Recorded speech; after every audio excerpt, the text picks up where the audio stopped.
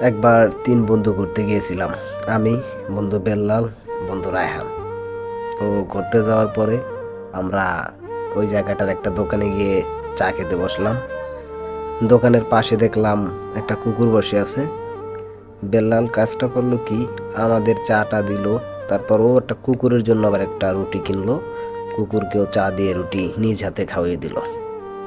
আমি আবার চিন্তা করলাম, আমার বন্ধু বেল্লাল এত মানবতার ফেরিওয়ালা হয়ে গেল, কুকুরকে চা খাওয়াই দিচ্ছে। ব্যাপারটা খুব ইন্টারেস্টিং এবং আমরাও খুব আনন্দ করলাম। তারপর দেখলাম একটা হাঁসকে শেয়াল তাড়া করছে পানির ভিতর দিয়ে।